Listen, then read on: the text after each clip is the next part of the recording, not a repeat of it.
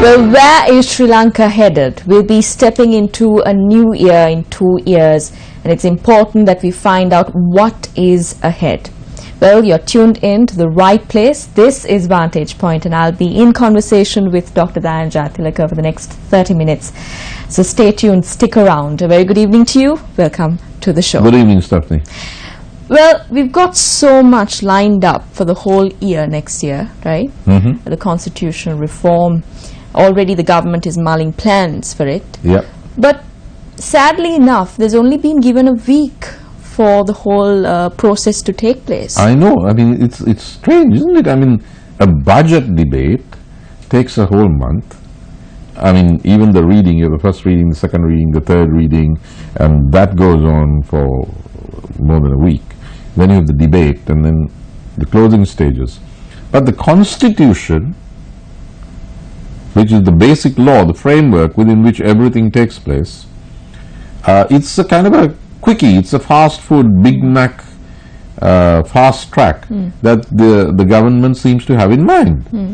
The dates that have been given are January 9th, 10th and 11th, 3 days.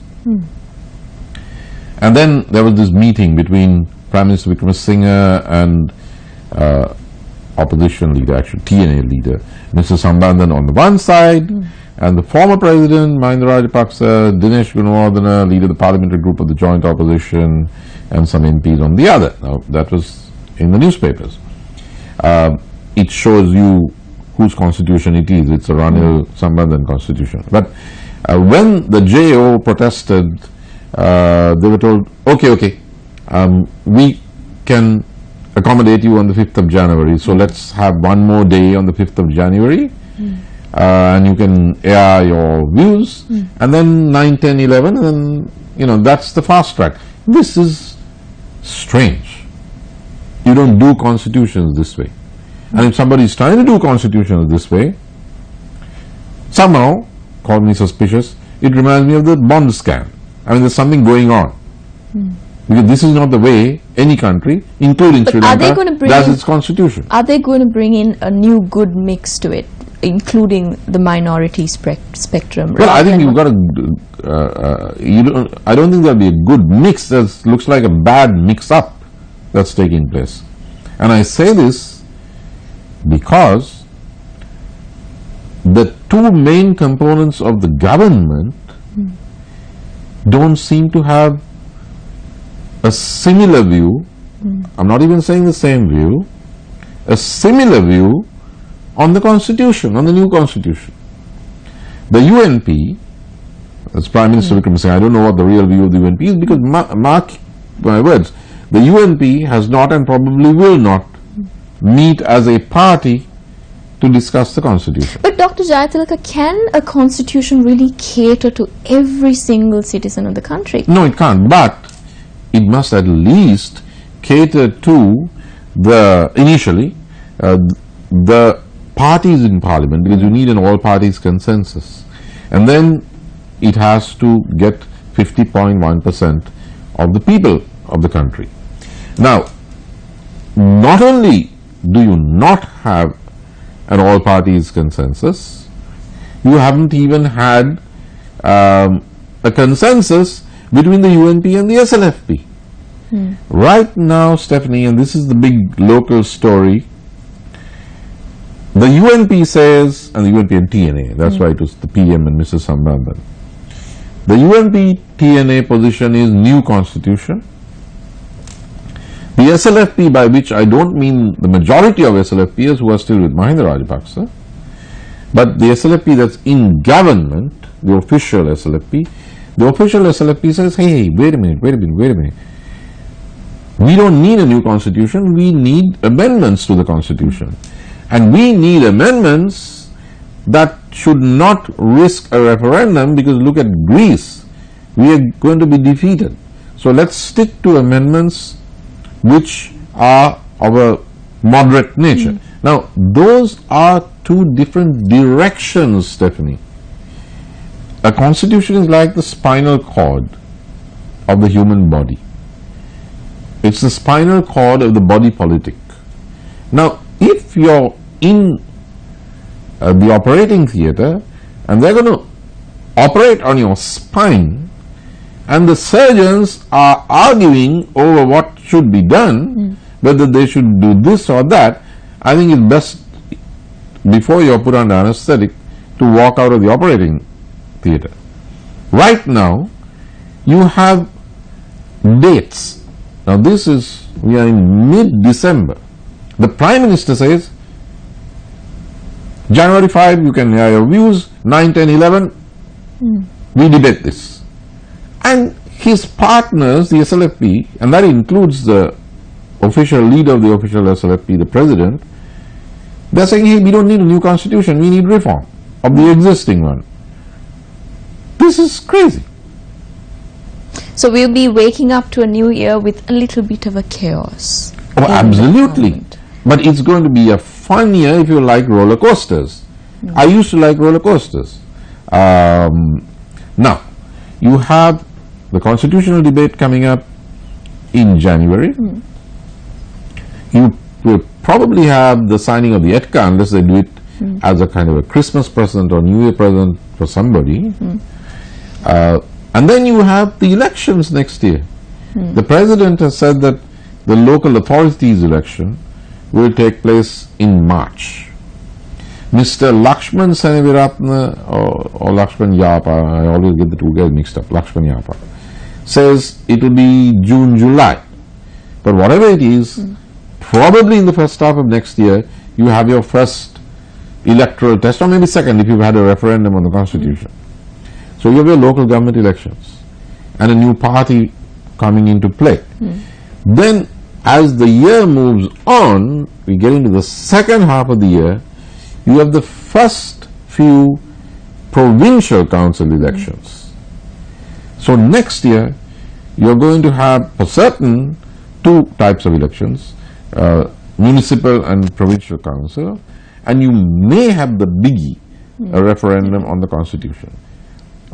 In addition to dramatic moves such as ETCA and the consequences of the proposed removal of foreign exchange restrictions, which is on the front page of the papers today.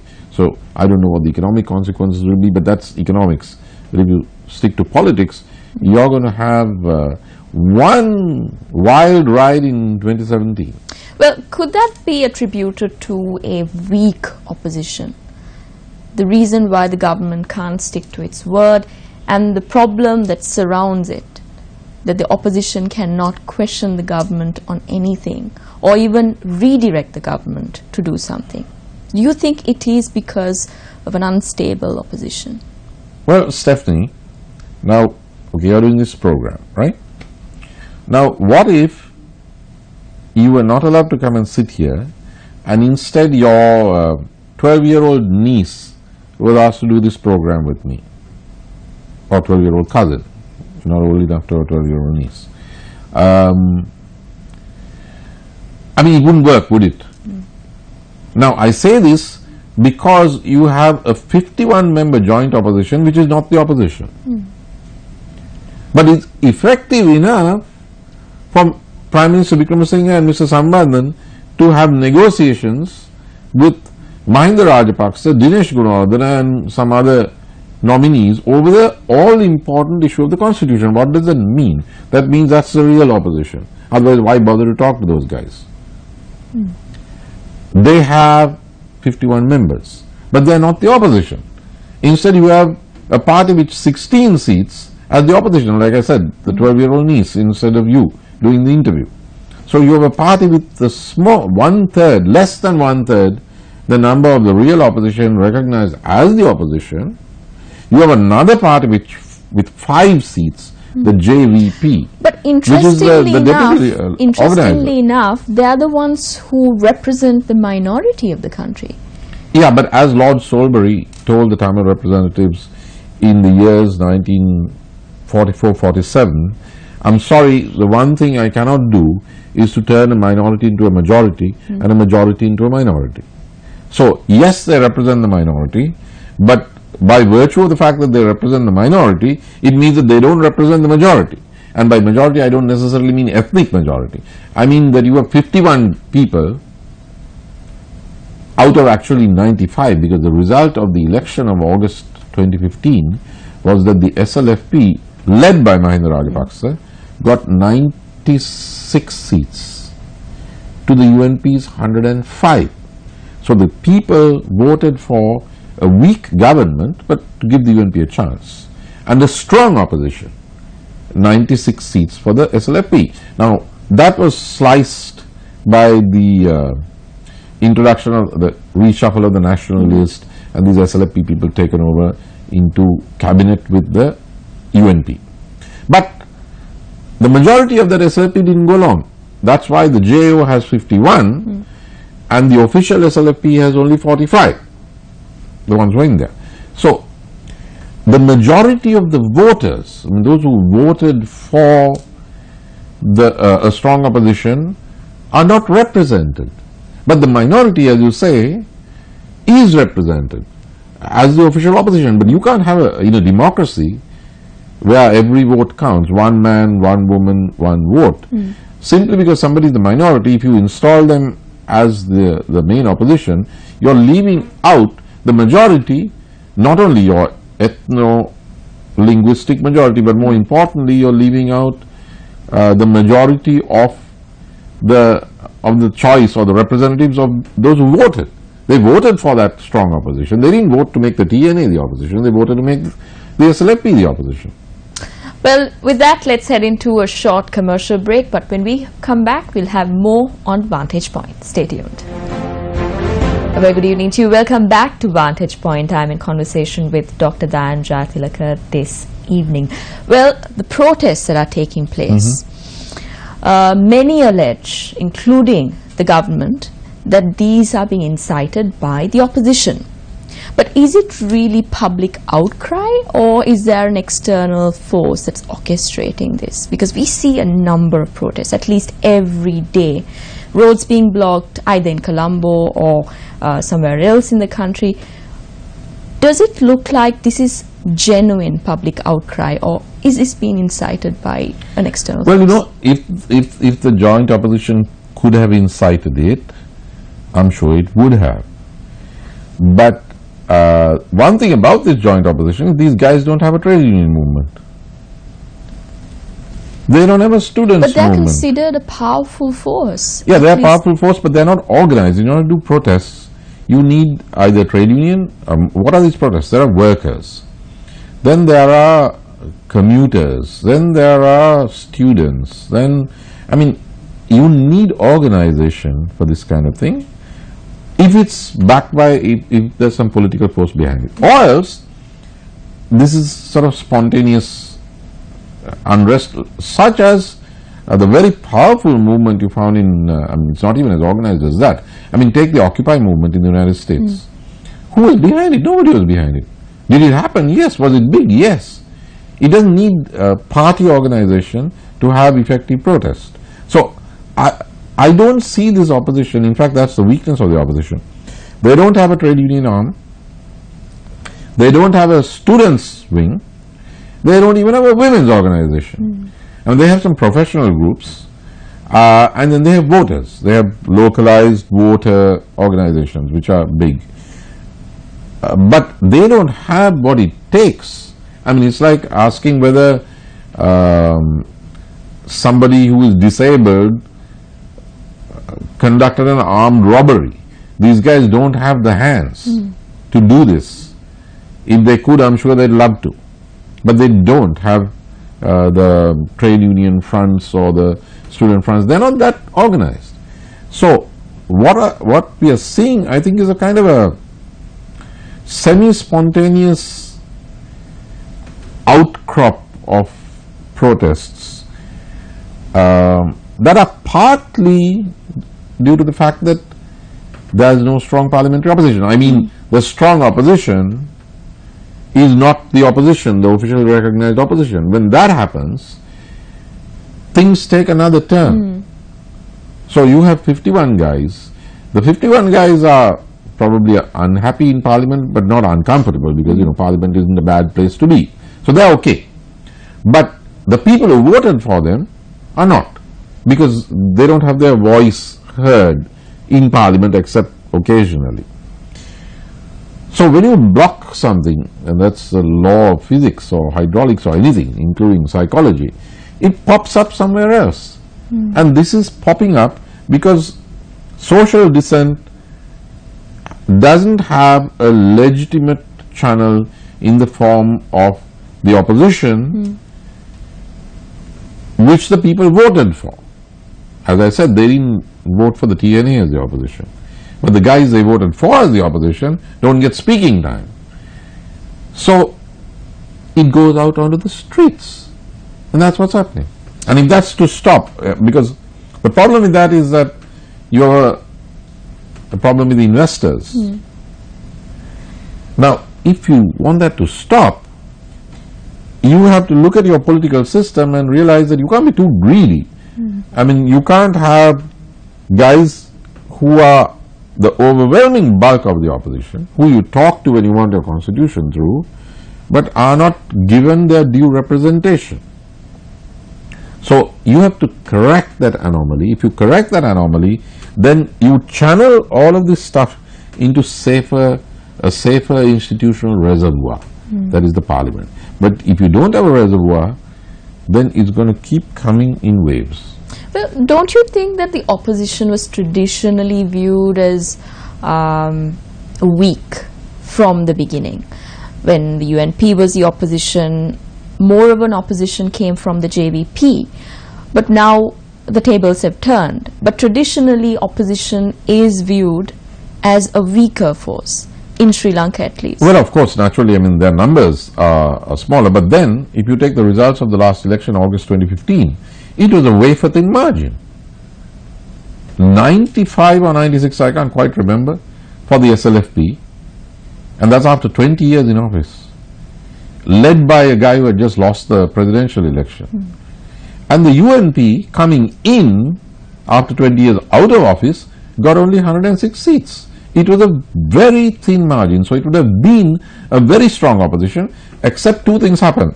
First, the party was split. I mean, they're talking about who's splitting the SLFP. The SLFP split took place when, contrary to the mandate given for strong opposition, 45 members of the SLFP were handed over to the UNP as coalition partners to prop the UNP up. So the SLFP shrank, but they still had the bulk of the SLFP. 50 stayed with the SLFP. And the second thing is they weren't given their due of the post of the leadership of the opposition. I mean, by what arithmetic or logic can 51 be bigger than 16? The TNA has 16. The JVP has 5. The JVP holds the position of the chief opposition whip. So 16 plus 5, that's 21. That's less than half of the JO's 51. You know, and you have this strange, weird, surrealist situation. So the opposition isn't weak. The opposition, the official opposition, is only interested in a new constitution, which is outside the unitary framework. The real opposition, with 51 members, doesn't have the post of the official opposition. Go figure. The math doesn't work. It doesn't work out. That is why you're seeing protests. It's not for that, over that cause. They're not saying, you know, give the opposition its due. But when something is blocked, it's like a pipe. Then it would burst out somewhere, and it's popping up. It's popping up everywhere. That's because there's something wrong underneath. Well, we've got 10 minutes more to go to the end of the show, but before that, let's go in for a short commercial break, and when we come back, we will have a lot of interesting things lined up for you, so stay tuned.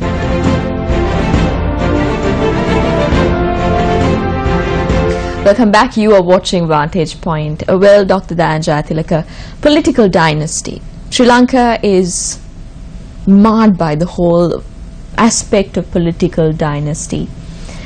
From leaders who were ruling the country from the past to now, you see that political lineage where they have been elected either through influence or power that was collected or garnered by the influence they've had among society and communities. How exactly can you break that barrier at a grassroots level? How can you influence people to vote for you, even if you're not having any influence from the past or of a former leader, political figure? Well, it's not difficult, it's easy. I say that because we have examples of how it was done. President Premadasa. What was the lineage? Look at Duterte in the Philippines. I'm not even talking about the West. I'm talking about Asian societies where you do have family and clan as an important factor, and therefore you have this dynastic succession. But there are outsiders, people who have broken through. Susilo Bambang Yudhoyono earlier of Indonesia. I mean, one could go on. There are always outsiders who have broken through. But to do that, as in the case of Mr. Premadasa Senior, you have to perform. You have to seize attention by saying something interesting, something new, something intelligent, saying it well, using every opportunity, not only Parliament. You have to go out there, but most of these guys in politics today, guys and girls, I mean, they're all spoiled. They're spoiled because their dads have been somebody or their uncles have been somebody. So they haven't emerged as people in their own right. There are some. Uday Gammanpila, Vimal Veeravansa, Niroshan Premaratna. I mean, there are guys in the opposition. Vijayadasa Rajapaksa, whom I like very much. He's doing his own thing. But they are doing enough nationally. Premadasa did it in a far more feudal Sri Lanka. But he broke through. Vijay Kumaratunga did it long before he got married to Chandrika. I remember the 1977 election campaign where the SLFP lost, but he was a speaker. And he had a Ford Capri, I still remember an olive green Ford Capri. And I was watching in Bogambara from a kind of a hilltop, watching the meeting. The guy's car was mobbed. Okay, he was a movie star, but it doesn't prevent other people from distinguishing themselves in other walks of life. But in politics, Vijay was at that time a newcomer. He didn't come with the burden or the benefit of a family background. But he rocketed to the top. And the marriage to Chandrika was only, it was entirely secondary. It was Vijay Kumaratunga. He wasn't Mrs. Chandrika Bandaranaike or Mr. Chandrika Bandaranaike. So, Premadasa and Vijay have shown how it can be done in Sri Lanka. There are plenty of people in Asia who have shown how. As I said, Duterte is an example. So, we need people who are courageous, who aren't afraid of their party leaders or of the family dynasties that dominate these parties, including the UNP. It's not just the JO, the SLFP, I mean, Chandrika, the Rajapaksas, and Prime Minister Wickremesinghe. I mean, come on. If not for the fact that he was Esmond and Nalini Wickremesinghe's son, he wouldn't be where he was, where he is, and distant nephew of Jayajawardena. So, there have to be young people with fire in their bellies who catch the attention. It's sheer performance. It's like cricket. I mean, you can come from outside, not from one of the big schools, but if you perform well, the cameras focus on you, and then you're on track. It can be done. It can be done. So, the United National Party has been that party that attracts the young youth and the people who have that hype and the. I'm not sure about that. That's the type of notion the United National Party is in, to attract the youth of the country. But that's our main goal. That's what they cater to. But there are emerging parties now, like the progressives, like the liberals, who are really forming new parties. Progressives? You mean the progressive parties, as in the liberal parties, modern liberal parties. Not in Sri Lanka, somewhere in other parts of the world. In Sri Lanka, in Colombo, there are so many young people who are gathering just who do not have influence. Where are they? I don't see them. I don't hear them.